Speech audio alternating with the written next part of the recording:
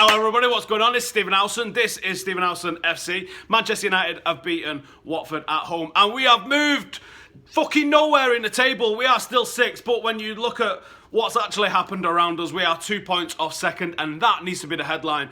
Everyone, well, not everybody, you're looking at Arsenal and Tottenham on 50 points. You're looking at Liverpool and Manchester City on 49 points, and Manchester United sitting just behind them on 48 points. Now, I think, is it Liverpool play Arsenal next week? Someone else is dropping points. This is what we've been saying all along. We've been chopping away at those leads, and we might have gone from 6th to 6th, but those leads in front of us now, apart from Chelsea was 12, like I think 10 or 11 games ago, Chelsea was 12 points. That went up to 13 and I think is around about 9 at the moment. No, it's more than that at the moment. They can go 9 ahead of, or 12 ahead of Tottenham. So we've not cut Chelsea down, but they've been in phenomenal form. We've cut down City, we've cut down Arsenal, we've cut down Spurs, we've cut down Liverpool. And with all of them bar Liverpool still to play, it's almost in our hands, isn't it? It's almost in our hands. Liverpool look great against the top sides. They actually concede more against the teams from 7th to 20th than they do from the teams in the top 6, which is mental.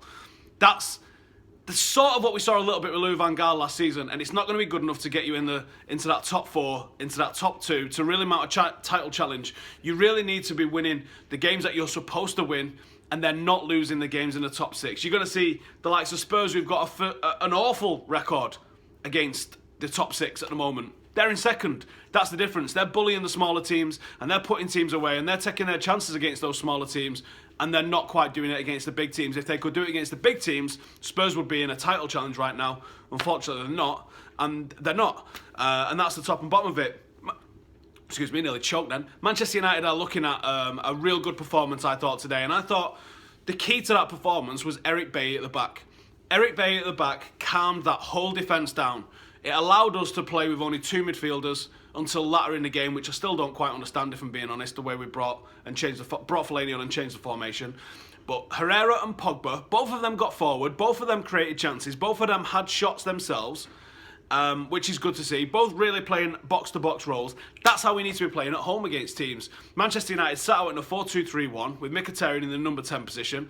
Anthony Martial I thought was great on the left-hand side. Mata, who I didn't think had the greatest of games, on the right-hand side. Zlatan up front, again, I didn't think he had one of the greatest games. But when you look at the pass map and the influence and you see what happened, Herrera and Pogba were absolutely key to this performance today, and they ran stuff, both of them. I'm going to say Pogba edged it. I think he was just short of man of the match. I thought it was absolutely fantastic. Probably because he had the ones that caught the eye a little bit more. But Herrera was good defensively. He was good with the ball at his feet. He was creating chances. He just wasn't clinical in the slightest with his shots. He had some opportunities and he wasted his opportunities. Same can be said of Paul Pogba. A couple of really good opportunities. Hitting the target. Some that didn't hit the target. We got the points though, so it doesn't really matter today. I think we had 23 shots on goal today. Expected goals puts us at 3.5 goals. We get 2 goals. It is what it is. We've not been performing as per the expected goals pretty much for the last 6 or 7 weeks. We are underperforming, but we're creating a lot of chances, and that's a good thing. And a lot of our chances are coming from scoreable positions inside the box as well, which is good to see. But one thing I want to talk about in relation to today's pass map is that it's a 4-4-2. It's a 4-4-2 with a little bit of an inverted winger in Mata on the right-hand side. And Martial wasn't quite, when you look at his position on the pass map at least, wasn't quite getting beyond Zlatan as much as I'd hoped.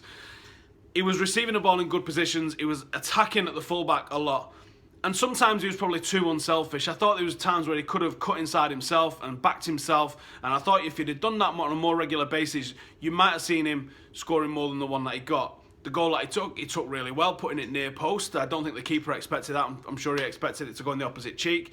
But a really promising performance. I think there's still things that he can do. I think there's still things that he can improve in his game. I think there's crossing it at better times. I think there's also knowing when to cut inside and back himself, and maybe when to just run at the defence. There was a couple of times today where he chose to pass, running through the middle, when he was the man with the ball, and I think that's the sort of situation where I like my strikers to be selfish, because Ruud van Nistelrooy is not passing that ball. Ruud van Nistelrooy is taking it right up to the keeper and putting it past him. And if Anthony Martial wants to be a top number 9 in the world, then he needs to do that as well. He's got to have that selfish thing that's determined. Like, can you see Robin van Persie coming up to the edge of the D like that and laying somebody else off. Neither can I.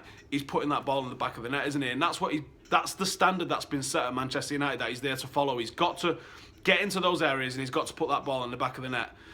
Elsewhere, as I said, I thought Paul Pogba was fantastic. Him and Ander Herrera. Ander Herrera's really becoming a massively underrated player by the rest of the Premier League. Just not getting what he does. But he's everywhere. If you look at his... Kante's been praised left, right and centre.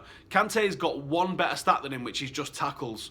Everything else, from interceptions to passes to pass completion rate and everything, is all Ander Herrera. He's absolutely smoking it. But no one's giving him the credit, no one's giving him the time of day because everyone's looking down at United at the moment. But I've got to also tip my hat. Jose Mourinho, his tactical fluidity, his bravery, his ability to change things on the fly, he's impressing me at the moment. With his team selections are the right sort of thing. There's not too many where you're going, what are you doing? Why is he in the team?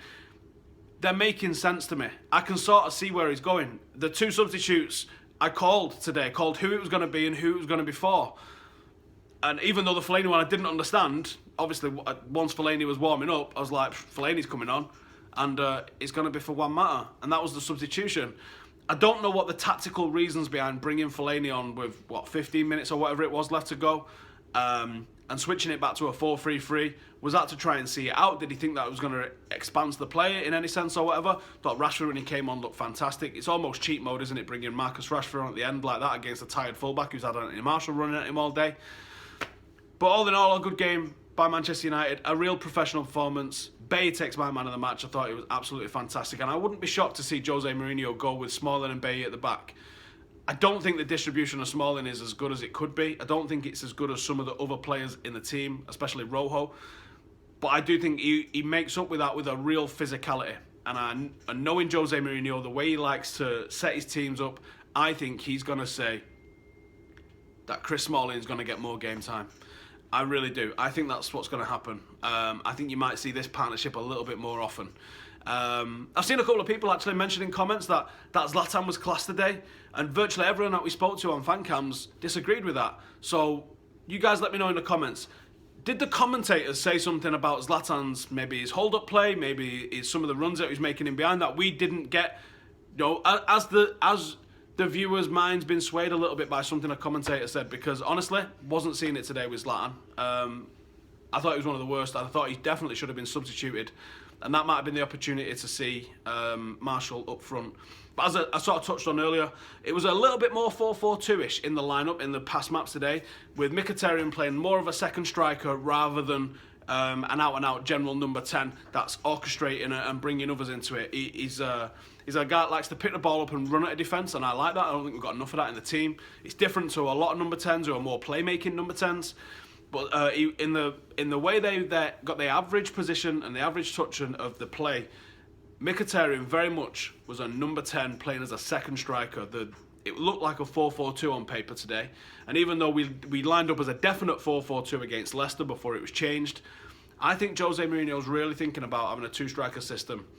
And I'm all about that. And I've seen some people mention that that's archaic and this, that and the other. Can you imagine playing it against Bayern Munich? Well, no, we wouldn't play that against Bayern Munich. That's because Jose Mourinho's got tactical fluidity. And unlike some managers, like Pep, like Arsene Wenger, he's able to change it to adapt to the team that meets it. Now, it doesn't mean that you...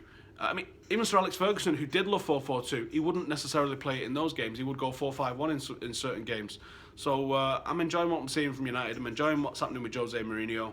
We haven't got a league game now until Bournemouth in early March, so the league is going to get away from us a little bit while we're dealing with all the cup competitions and stuff that we've got, but we can only start winning what's in front of us. One game at a time. We've got a cup next, and then we've got a cup final coming up very soon. So let's just keep on trucking. Laters.